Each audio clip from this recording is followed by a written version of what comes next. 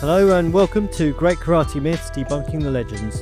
This episode, we're tackling the intricate question, what is Kobudo?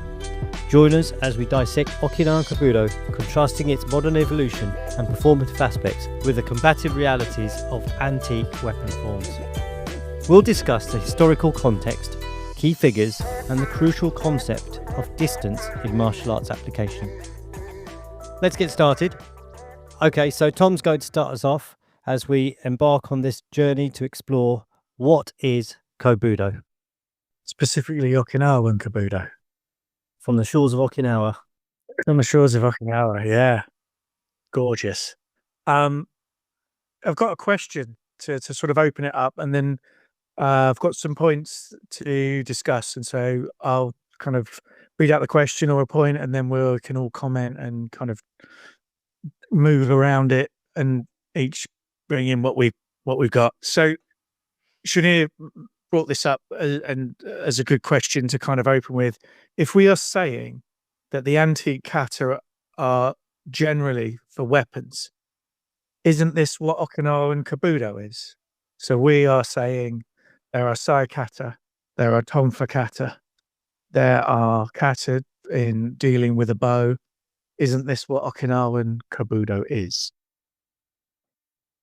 Well, okay, I'll without wanting to be defensive, which now is read as defensive, but we didn't set out to even practice Kobudo. I wasn't particularly interested. I know Matthew and Tom have excellent swordsmanship skills, and the closest I ever got to that, Taira Sensei, at that time, the Shotogun, who had some involvement with, were using a lot of bokken for timing and distance, and so Taira Sensei corrected my bokken swing, but that was about the best I ever got. I wasn't particularly interested in weapons at all. I was interested in punch, strike, block, kick. In fact, Nakayama Masatoshi Sensei, the late chief instructor of the Karate Association, described karate as, if I get this right, as being uke blocking, keri kicking, suki punching, and uchi striking. So he called it those four things, classifications. He classified it that way, particularly his best karate series.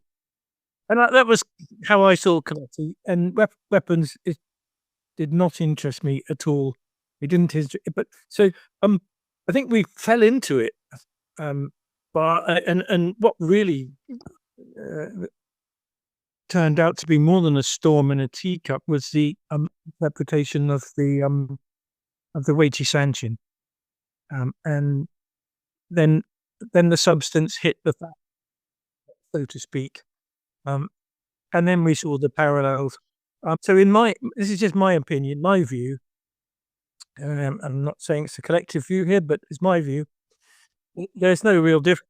But I don't want to steal your thunder, Tom, but the Kobudo forms seem to uncannily follow the patterns of the karate kata, and it's difficult these days for me as an individual to really. This is going to get me shot down in flames.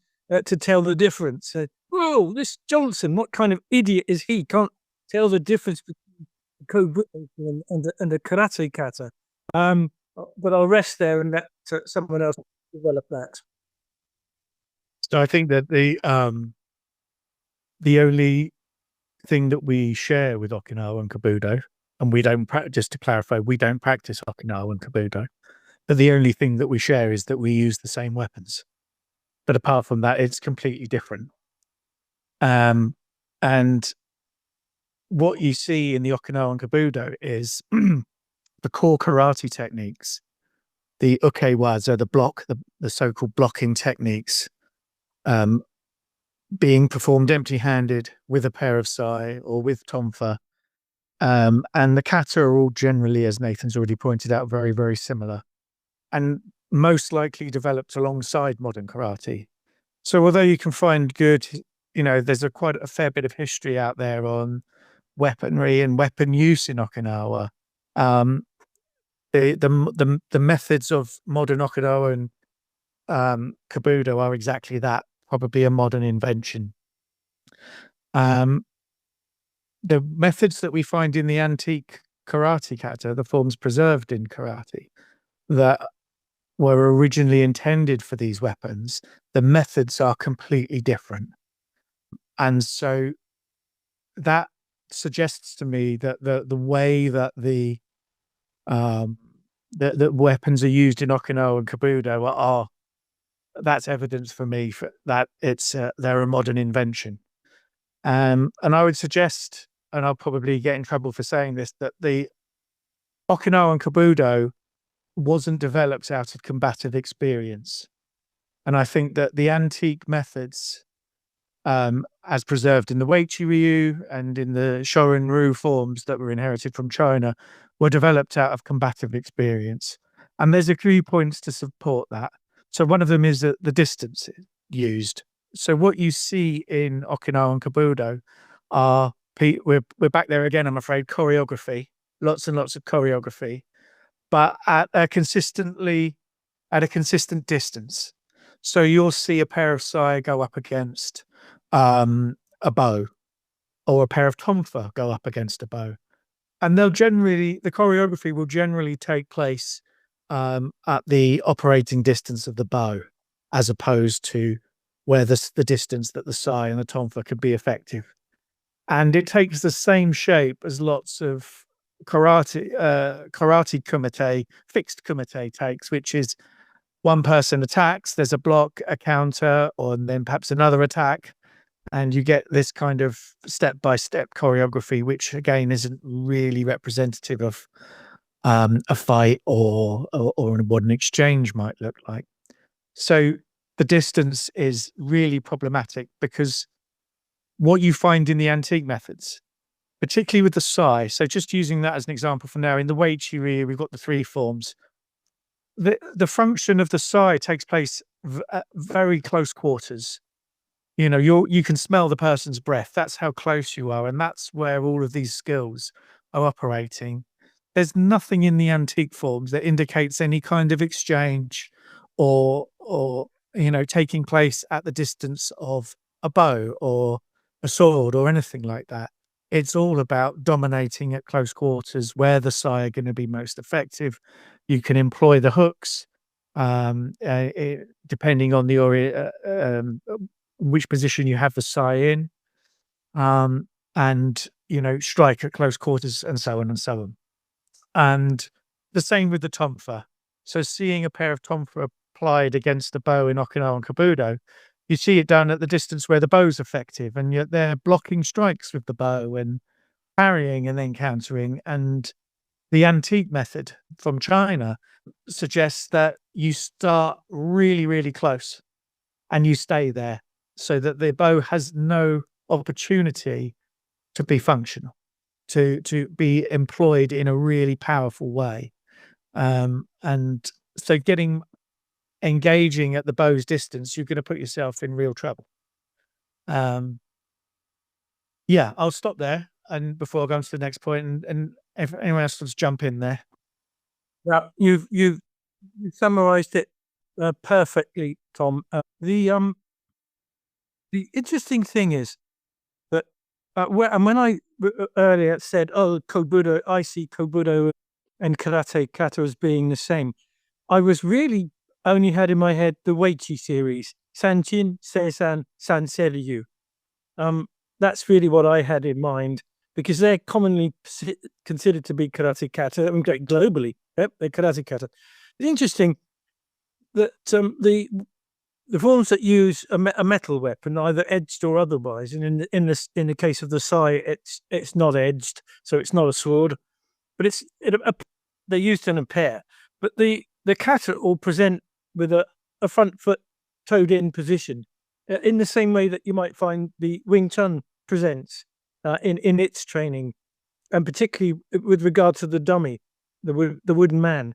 And I'm not saying they're the same thing, but you can see the similarities, and they are exactly as Tom describes, and they would require closing the distance, pressing and trapping, and using leverage to trap and control and pin the opponent, and not to stand back and sort of fence like you're filming for a Robin Hood film.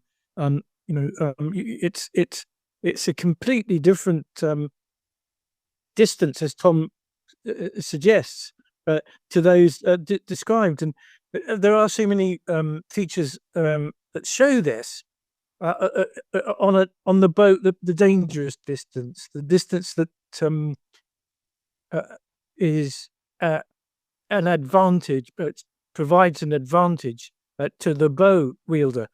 This is completely wrong for the Sai. It's the distance must be closed. The person must be pinned and trapped and prevented, not given the space to use their weapon, whether it's a bokken, a sword, a bow, a jo. It doesn't matter what it is. Anything that's slung or can be slung has to be shut down before it can get going. That's the whole point. Yeah, I think that's absolutely right. It makes absolute common sense, doesn't it? That to close down the gap and keep it unclose. Yeah, it makes sense.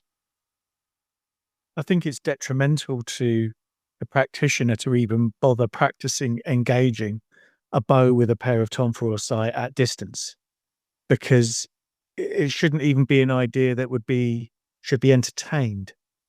The problem of closing the distance isn't one for the kata, because you've just got to run and you've got to get in close quickly and not engage. As soon as you agree to engage at the distance where the bow's affected, you're in big trouble. So yeah, that choreography, again, is performative. It sort of exists. I mean, Matt touched on this last week, but it exists in its own bubble.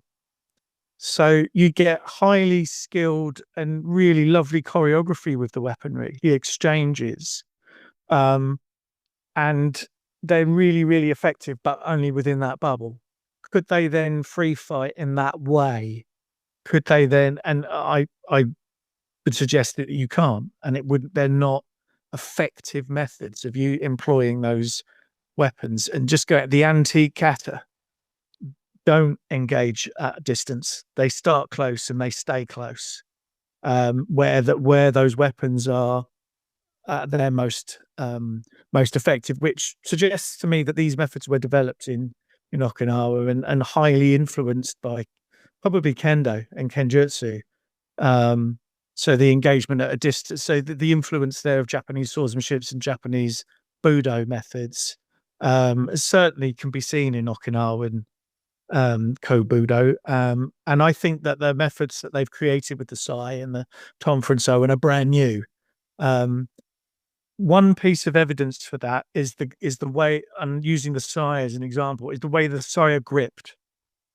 In order to create powerful leverage with the Sai, what we found in the antique forms is that the grips are completely different from the way that they are held in modern Okinawan Kobudo.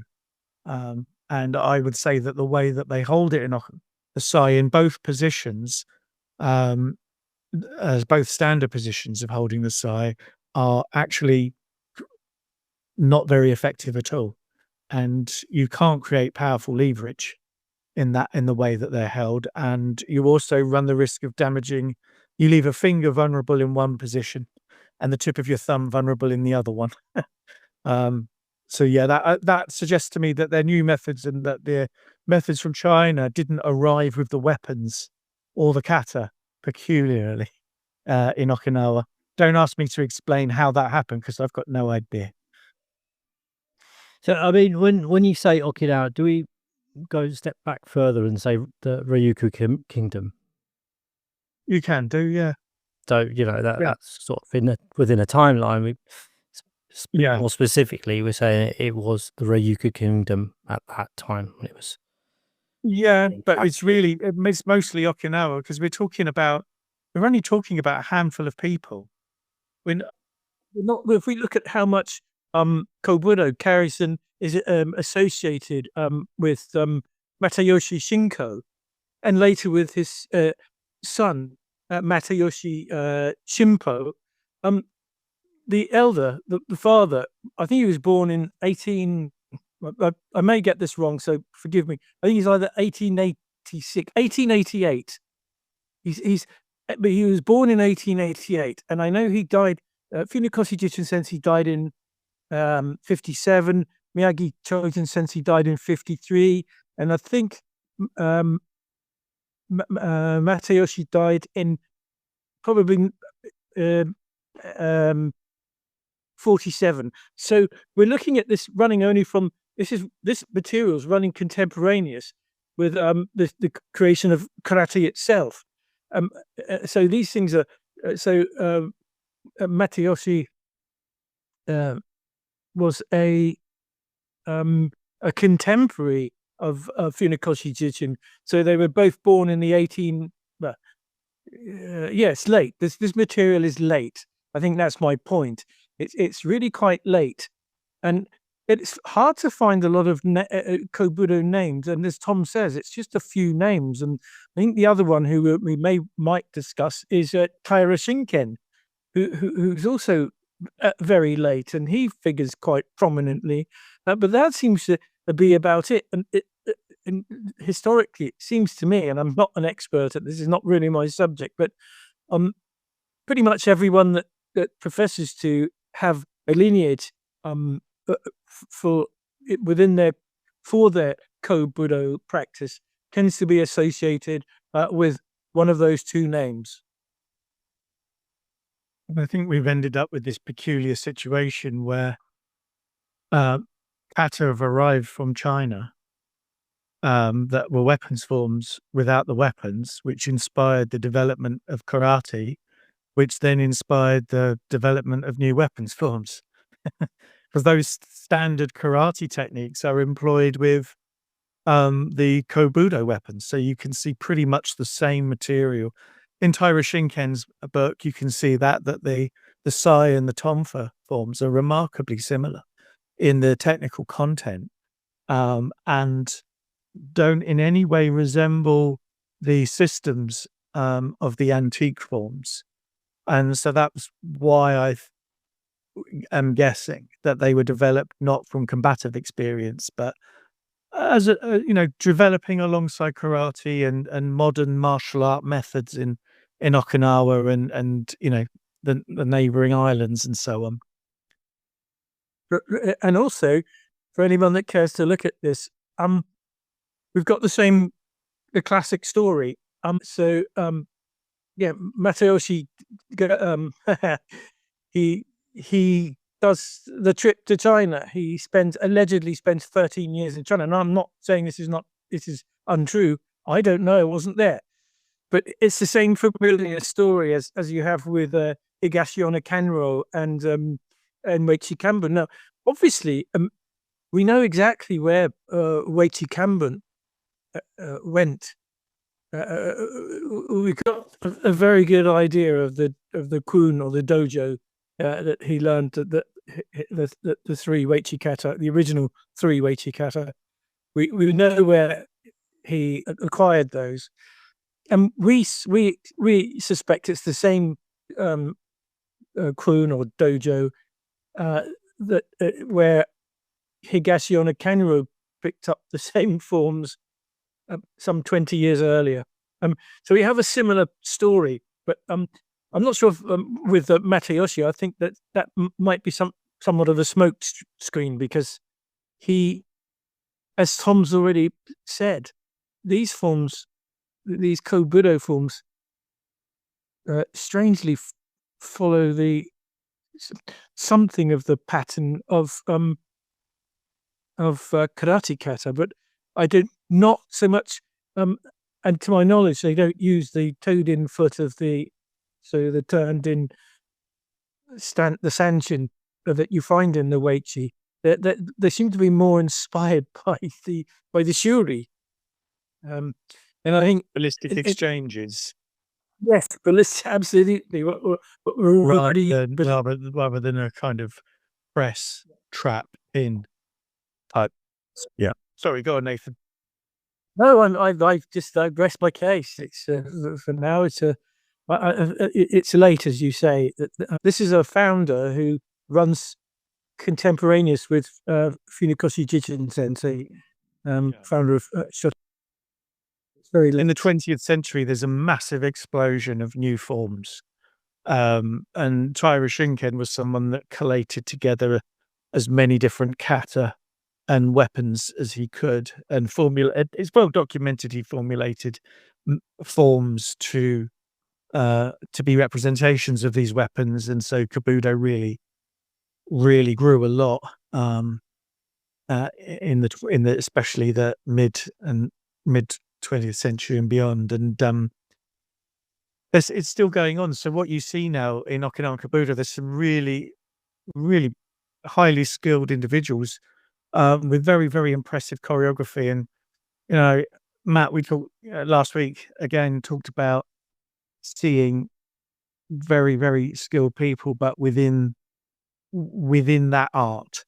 And so I think Okinawan Kobudo, the method's not being developed from combative experience as the antique methods were, only exist effectively within that art, and they don't extend beyond that into, say, you couldn't take those methods and they'd be effective methods for policing or bodyguarding or palace guard, or anything like that, as the antique methods most likely were.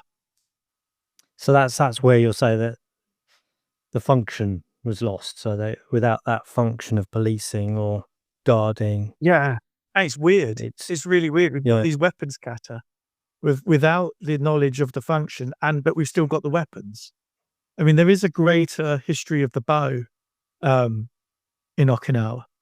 There's a lot more development in those methods, and there's documented several people in the late 19th and century going to China to learn Chinese staff methods. So, and that's quite interesting in itself.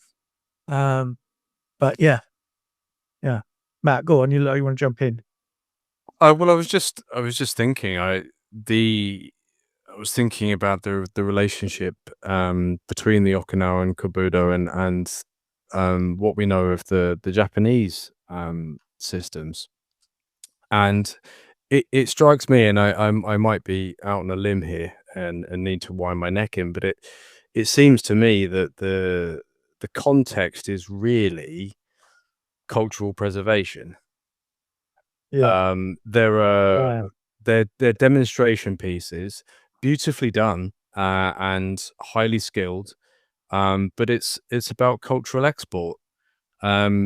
And we've mentioned some of these names in connection with Funakoshi, and of course Funakoshi he took karate to Japan to establish it there, and so I don't think we can ignore the influence of trying to establish a cultural tradition that can be demonstrated, presented to people, and especially at that sort of time, that part of the world was really quite devastated by various conflicts that had gone on.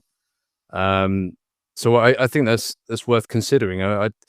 Outside of that context, outside of demonstrating the choreography of these things, I'm not entirely convinced that was the intent behind it was to establish a genuine combative system. I might be wrong. Oh, that's a lovely point. It's fantastic. That's an excellent, very well made point, and I couldn't agree more. Cultural export. If you think of, no disrespect to Okinawa and the Okinawans, if you think of Japan, you've got the samurai, and you've got its incredible history, a long history. You've got the shogun.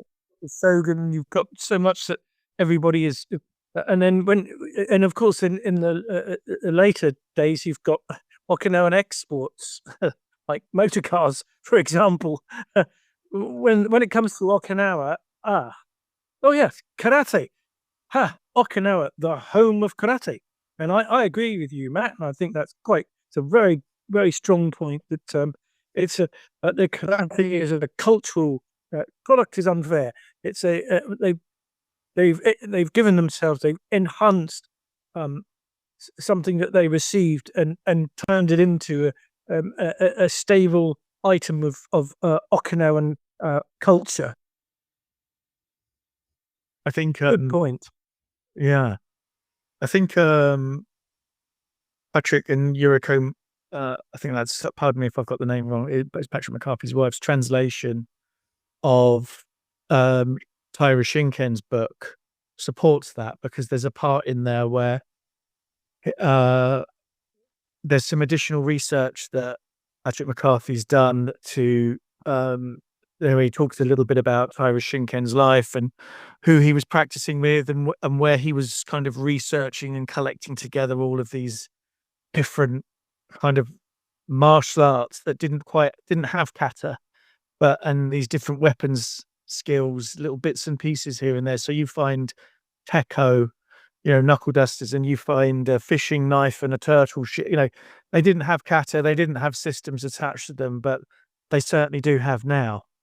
And so it's almost it's creating a presentation of those cultural relics, if you like, that may or may not have been used for real. We don't know, but there's a rich history of weaponry and things in Okinawa, and you can find that. We were talking about Mark Bishop's research earlier, and Andreas Klass certainly, and Patrick McCarthy as well, have all written quite extensively about it. So there's plenty to look in terms of the development of it all. But I suppose our main point is how does Okinawan Kobudo and the weapons that it has compare with the antique methods? And they're very, very, very different. Well, I was just thinking then about the previous conversation we had about the theatre. Yeah. Would this cultural export actually include the theatrics as a means of communicating it? I was just thinking that. Andreas Quast wrote a book last year documenting lots of different village bow methods, and some of them are purely performative. So they would do the different villages would do. I'm not sure if bow dances are quite the correct term, but theatrical certainly, performative certainly, and there's records of martial demonstrations being given, and certainly employing Kobudo weapons from the mid or the later 19th century. There's 1867, I think it is, and the outline of the performances has been preserved, unfortunately. But I don't doubt that content was created to demonstrate those weapons and create performances for them. I was just wondering, well, I don't know this history like you do, but at what point does it become Chinese theatre? Is it after the Okinawan stuff or before? Just wondering where it's transmitted and someone's picked it up and made it into a. Well, the Chinese theatre goes back hundreds, if not 1,000 years, and so I think that was certainly influenced Okinawan culture. And what you do in the Way of the Warrior series, in one episode, I think is it Morio Higona, Nathan? He goes to look at some Okinawan dance to compare the movements of karate, and it suggested that some methods were dance. Higona said, Morio, but he's not the only one. There are many, but also Nagamine Shoshin discusses it in an interview that he gave for Japanese television. And in fact, he does the same thing as Higona essentially did, which is to take the viewers to a dance studio. And there's always the talk, and pardon my pronunciation, because my Japanese is I could maybe order lunch or something, same as my Cantonese. I could order lunch and say thank you and hello and so on. But Anjikata Nomokata, this whole idea of there's a dance kata, and that the risk with all that is to conflate karate kata with dancing, and that's an easy mistake, and that leads to strange things, that assumptions that deadly martial arts movements are hidden in dances. Now, yeah, that's not a hill I'd like to die on in a debate. But I think that whilst the dance will reflect the culture, just a quick aside here. In my view, Ming Dynasty Chinese culture affected the entire region of the Far East, the entire region, in the same way, in my view, that Rome affected the whole of Europe. That's the way it worked. And so obviously the dances that one sees in Okinawa and are going to reflect the culture that they've inherited and have been developing. The idea that it's a romantic idea to think that you've got deadly martial arts move hidden in dances. Even it's a big stretch of the imagination. That's a big ask. There's a big buy-in you'd have to do.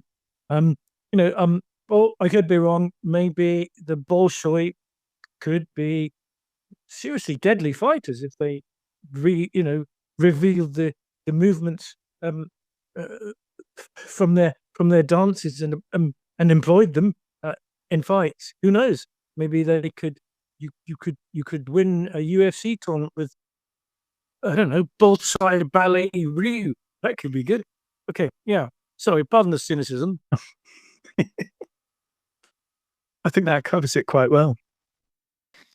I was watching a Sai form the other day, and one of the techniques, it was a Nippondachi Gedanuki, that standing on one leg, low block.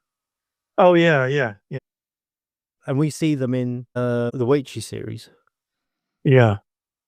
But the difference is that when in Okinawan Kobudo, when they're using it, the position of the sai is that they're holding it in their hand and using the body of the sai to block or parry. Yeah. While lifting the leg. In the seisan, you're leaping completely out of the way. Yeah. You're breaking distance before coming back in. So you're not using that arm movement as an attempt to block or parry. You're clearing yourself completely out of the way of. We'll go into it too much here because it's better seen than talked about. But a blade may be drawn or presented or on its way out, so you get the hell out of there. And the way of throwing yourself back out of the way involves using that type of movement. But that left arm that comes down as the left leg is lifted, isn't that a block? There's no block. Or protecting sort of. No, No, forget that. It's a way of throwing your body out of the way. So if you had your hands down by your side and you tried to jump back, what you're doing is you're using torque and creating momentum so that you can really throw yourself back out of the way. There's no block. Yeah. No, if you look at it, all it's doing, so you've got one hand up in it looks like a saluting position. The other hand is flipped to the back, but the leg is raised. So you've removed three of the limbs that could be targets. Obviously, you have to stand on the other one. So the whole leap back just draws the leg out of the way and discovers you. It's just a very sensible thing to do. It's just it's when the substance hits the fan and you leap back out of the way, which is why you can see in the example given in Seisan Kata, you then close the distance again rapidly. Because what happens after that leap back is a quick reclosing of the distance, big wide move forward movements to get back in and shut the opponent down. Yeah, and I think we're back to the question of distancing here. With many of the Okinawan Kobudo forms that you see demonstrated, they're demonstrating, as Tom pointed out earlier, they're demonstrating the use of these weapons at what is it, if it's a bow, for example, at the effective distance of a bow. It's incredibly dangerous to try and get in the way of a swing of a bow, even with a metal rod on your arm, and block it. Um, and that's not what the antique kata preserve. They preserve getting out the way and closing the distance. And what really makes these antique forms different is that closing the distance and everything in tight and probably quite messy doesn't really lend itself to clean demonstration, as the Okinawan Kobudo does. It just simply, the aesthetics are are all off for demonstration purposes. So I mean, you can see why the Okinawan Kobudo want to preserve or demonstrate some techniques with these weapons in a very nice choreographed way, with distances that people don't necessarily question. You can see why they would want to do that, because it looks much nicer. It makes the point for the audience.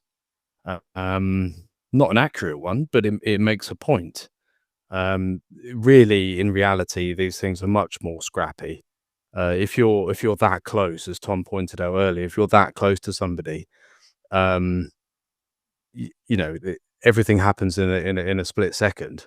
And ideally, you're trying to prevent limbs from moving that are holding another weapon. And that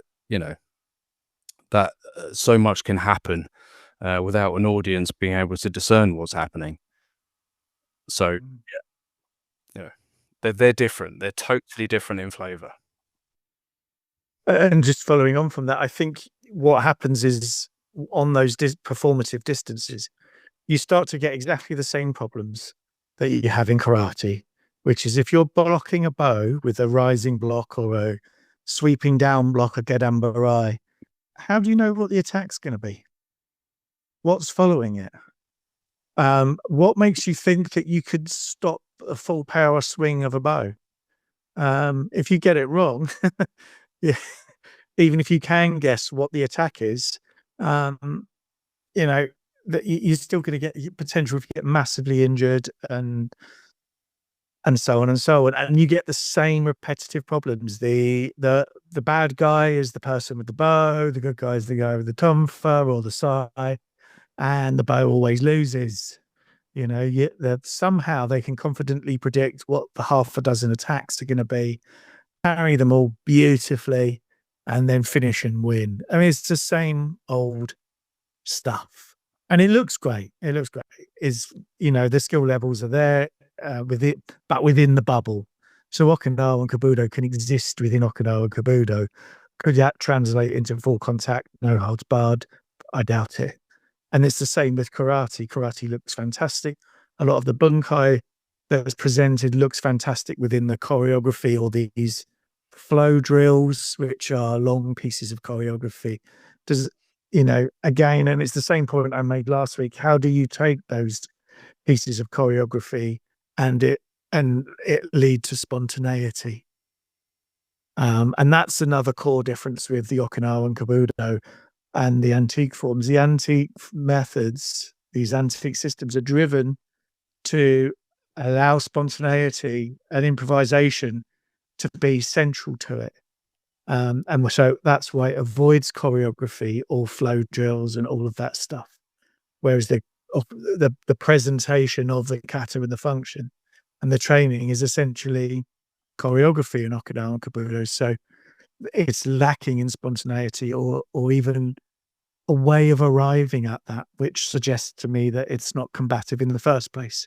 Because if it was rooted in real fighting with weapons and real experience with weapons, it would be a given that you needed to be able to improvise, because that would be the first thing that you realize, is that the chaos of it demands it. So Yeah, that's just for adding to Matt's point there. Which is also why they have no sparring. Yeah. Yeah. Well, there's kind of in the last couple of years I've seen it. There's competitions of sparring with bow, but they're kind of two shinai strapped together, and they've got the kind of boga, they've got the armor on, endo-esque type armor. But again, it's the same problem that karate has, is that it's nothing like the kata, it's nothing like the choreography. So you've got three completely different things going on there, none of which seem to marry up well or lead to the spontaneous ability to fight with the weapon. You know, I think that the choreographed pieces could well lull people into a false sense of security with the use of these weapons. It the as you quite rightly point out, Tom, the choreographed nature of it doesn't lead to necessarily being able to improvise with these things. And in reality, it's going to be quite scrappy. But one thing I think it might be a bit of a digression, but I think it's worth just recalling that a great deal has gone on before there's an engagement. You know, an effective Sai operative has first of all tried to de-escalate a situation. They've probably got themselves in quite close, and if it erupts into the need to actually subdue somebody and control their limbs, then the negotiation hasn't worked. But you've pretty much closed a distance at that point, and you've tried to talk them down, whoever it is that you're facing. And of course, you know, choreographed demonstration pieces don't take that sort of thing into that context into consideration. It's very nicely, you know, sort of a dual etiquette that's demonstrated. We slowly approach each other. One person does one technique, one person responds. I can't, you know, we're back to the influence of cinema, probably. It's very performative, and yeah, it certainly doesn't capture what that altercation might actually look like. And it all goes out the window as well if a third person's suddenly introduced. And that's a core difference. The antique forms assume that you might be working with someone, so there is no dueling, particularly when it's bodyguarding or policing or whatever, and they're just suggested contexts.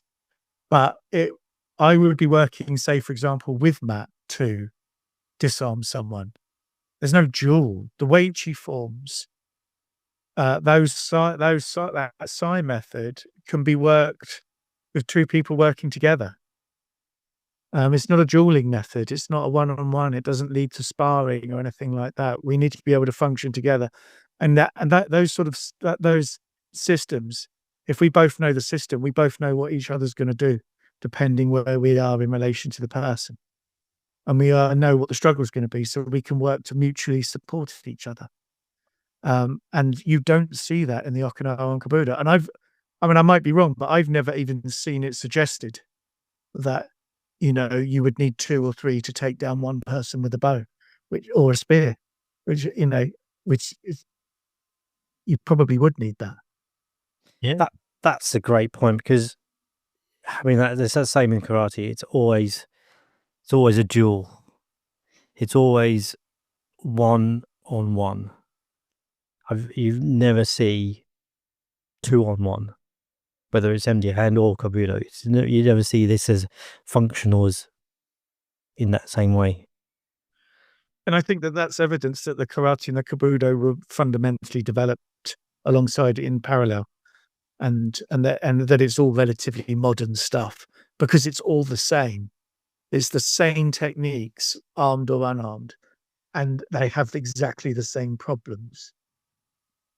It's a bit like policing, isn't it? When you see them arresting somebody, and it's usually 3 or 4 officers to take down one person, isn't it? Yeah. It's never a duel. Just No. they're not that stupid, are they? It's exactly the inverse proportions that we're used to. So the the old-fashioned explanations, I mean, it's changed a lot now since I began training, but the explanations for the embu, the floor plans and what the cat would, multiple opponents. And the Japan Karate Association demonstrated them at great length. They demonstrated that in multiple videos and publications. So the idea is it's one individual, he's the hero, and in comes the first bad guy, and he's dealt with, and then the second bad. Of course, on our film, we showed what really happens when everyone when the chap doing a very neat techie application, block and hook punch, and then facing the next one. I think all credit to Andy, who did it exactly in the way that the JKA did it. And then we showed a slightly more realistic scenario where everyone just jumps on him at the same time and bundles him to the ground. I think the reality is it's not that one lone person fighting against several bad guys, a little coterie of thugs, but it's actually the other way around. It's the inverse of that. It's the arresting officers, should outnumber the miscreant. And it's interesting that we hinted as much with the Naihanshin that the 2 stages where there's either the double ikate or what we call the fortress position either side, where the person is held, they can be tied at that point, which indicates that you should pretty well have a colleague working with you. Lovely. So I have a speculative question with regards the antique. Let's just stick with the Sai forms for the moment. If you're a Sai operative, you're obviously choreographed kata, not the way to go. Not the way to go to prepare for this kind of engagement using the Sai. So speculatively, how do you think the practice of trapping limbs and striking limbs could actually be practiced with some kind of feedback? Just a speculative question. I wonder if you had any ideas. Well, yeah. I mean, I think you can practice, for example, putting the hooks on someone's wrist and then getting them to resist. You don't need to practice hitting them. You can hit a post, or you can practice your hitting on that. It doesn't require someone to hit the arms, but the kind of the struggle you can practice quite simply. And that may have been, and we've also got to consider that not every single encounter is going to be an all-out fight. It might simply be that the hook goes on the wrist, leverage and a twist is applied, and that's enough for the person to give up. The police don't always have to wrestle someone to the ground, put a knee behind the back of the neck and then twist their arms up. Sometimes they just take hold of the wrist and turn them towards a wall or something, and the person will allow them to be. So there's the degrees of cooperation. Again, it's, what you see in the extended choreography pieces is that somehow every single incident of policing is an all-out battle. If that was the case, your Sai operatives would retire pretty quickly because you've only got so many fight. Yeah, how many times can they engage with weapons and not become seriously injured? So I think that you can practice and lots and lots of these things, lots and lots of aspects of these systems with resisting people, and get a feel for it, and you will have been accumulating that real life experience. And there's also the simple fact that if there's 2 of us taking on one person, it's far simpler. The struggle is completely different. And if there's 3 of us, it's even easier. And if there's 4 of us, it's even easier.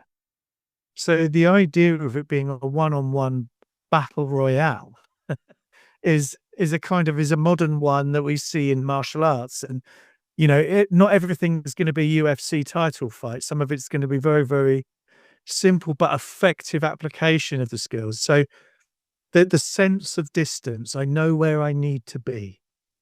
That's important. I know how close I need to be. I know where I need to cover. I know what position the Sai need to be in, how to make contact. And it might be something like pressing on the limb. I might be creating a bridge using leverage with the Sai on someone's upper arm and covering the bottom arm with a hook, just to while I speak to them. Something along those lines, and building your sense of where you are in relation and how you're working with the person. That's how the system is applied. And I think, just a long-winded answer to your question, Matt, but you can practice lots of those qualities and elements very easily, and engage with very high amount of resistance to get lots of lovely feedback. But again, we're practicing recreationally, so we're missing the most vital ingredient, which is the real experience, which would facilitate the application of these skills in a highly stressed environment. So you're going to have all the adrenaline and all of that stuff that you have to experience lots and lots of times in order to be able to function effectively, which we don't have recreationally. So, yeah. Yeah, I think it's worth just returning to that point that again, sticking with the Sai kata, that the techniques recorded in the kata don't prescribe death dealing blows. You're not smashing somebody over the head. You're trying to maintain peace and order in as dignified a way as you can. So again, the influence of choreographed kata, where some techniques that are demonstrated most certainly would end in somebody expiring or very seriously injured, and as you say, as a Sai operative, you probably wouldn't last very long if you went around smashing people over the head with your metal pronged weapon. That's not, yeah, it's not the purpose. You're not trying to cave someone's head in. No. Again, cultural context. You'd find a very different method if you were using the tip of the Sai to stab into the eyes or throat, or you were hitting the skull or vulnerable areas. You'd see a very, very different method. So one of the things that shaped the system of Sai use found in those forms is the moral and ethical components, as you've just described.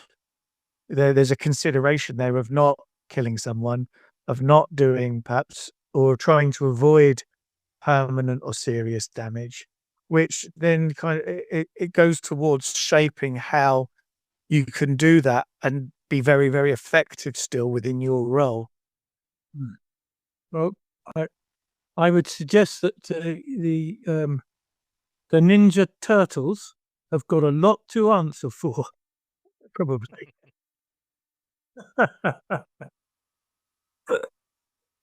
This is one thing as well that you do see in Okinawan Kobudo that you never see in the antique forms, which is throwing a Sai. You never don't ever throw it away. Yeah, because someone else could just pick it up and use it against you. Yeah, I think the antique methods are really, really interesting because they would have been used under those highly stressed conditions, but they still had to have some restraint. They had to have some develop control, because if you're frightened or in serious danger, it'd be quite easily to refer to brutal methods, and cause permanent damage or death. And so the practices ask the practitioner to be effective but restrained at the same time it's really interesting. It's completely different from the modern day applications, unarmed or armed, where everything's no holds barred. Everything is poke them in the eye, kick them in the groin, break their arm, headbutt, stab, stab, stab, stab, stab, bash, bash, bash, bash. These methods speak to ethics and morals in civil society, and I think that makes them really interesting to explore. And practicing those methods shapes the way that you engage as well. So by not hitting that to the head, by not violently engaging in extreme ways, the more you practice it, you embody the ethic. It becomes something that's alive in your way that you engage. One final point for me: the other thing that is very apparent in the Weiqi series, that we've already described the leap back, which is when you're in trouble. But apart from that, if you look at it in the same way, Wing Chun forms no backward steps through three forms: Silum Tao, Chom Kyu, Buji, and the dummy. No backward step, only sideways. And when you look at the original Weiqi Sanchin, no backward step. Even when they close with the three Mawashi Yuke, it's quite different from Miyagi Sensei's Sanchin, which does step backwards. The Weiqi version does not step backwards, but only will ever go forward, and it goes to the side to finish. But it's effectively, it's not stepping back. And because if you're trying to close, why would you be stepping back? So the object is to close and press and control the limbs. And just to add to that, there's our old friend, the Nai Hanshin kata. There's no backward step. There's no backward step. It never steps back. It doesn't step back. It takes the person to the side and it maintains the control, but it does not step back. If you're going to have a style that's like fencing, you have to have parry, riposte, step back, step in, backwards and forwards. No, those kata don't do that. Yeah. And it's quite different. For instance, I keep getting, and I do apologize to you guys, I keep getting, I've said on a couple of occasions that I've referred to Chunto potentially being a Tonfa kata. But what I meant was Goju Shiho, and it's Tom did remind me of that in a conversation. He didn't say, he didn't criticize me for it, but I got them mixed up. But it would be, take a look at the cat stance, and Tom's the one to really let everyone know how that works. What we're really talking about is pinning, trapping, closing, and monitoring limbs and damaging limbs. So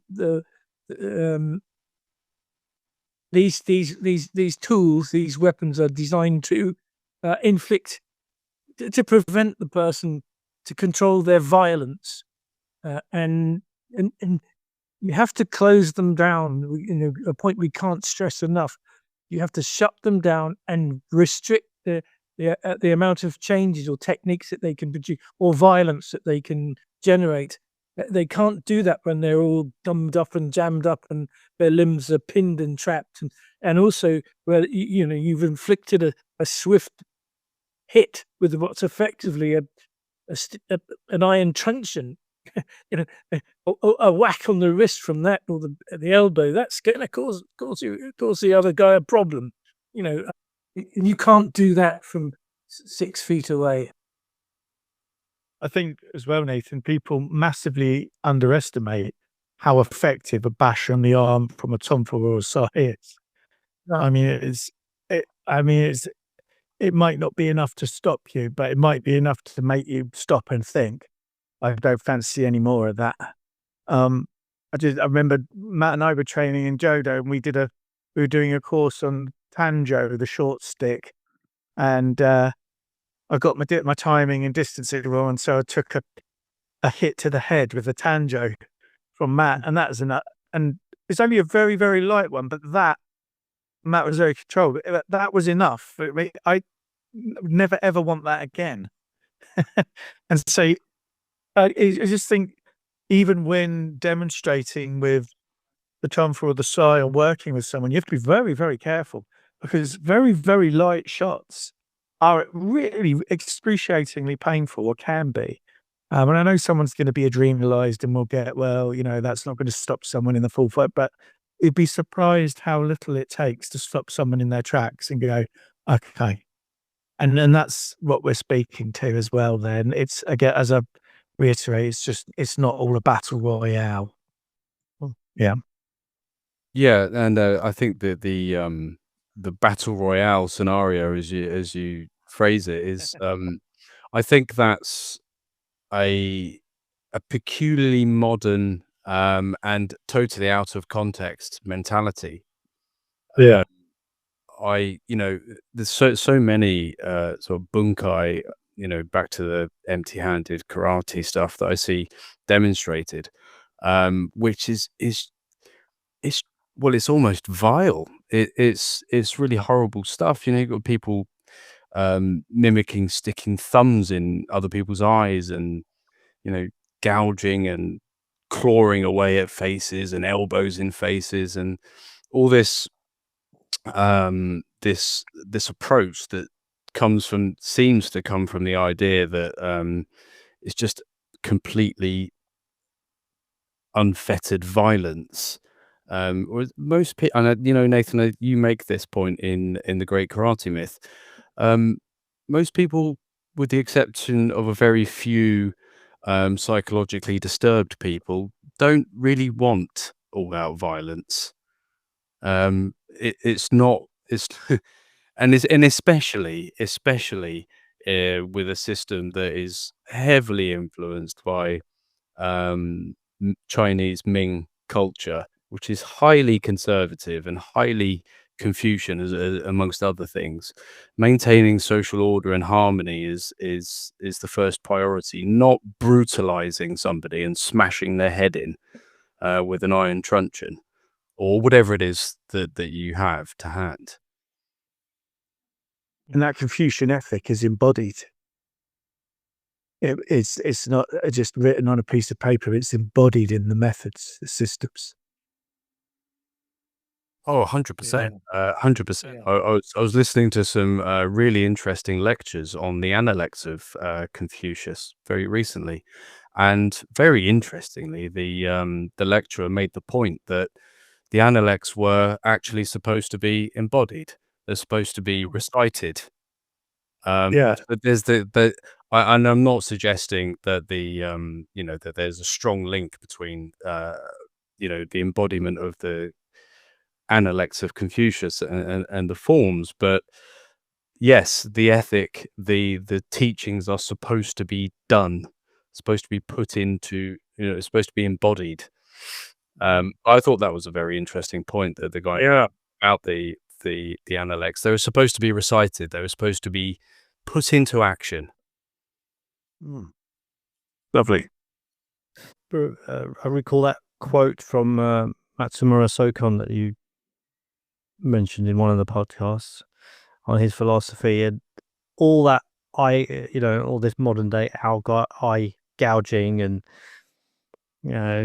tearing at the throat, it goes against any of that.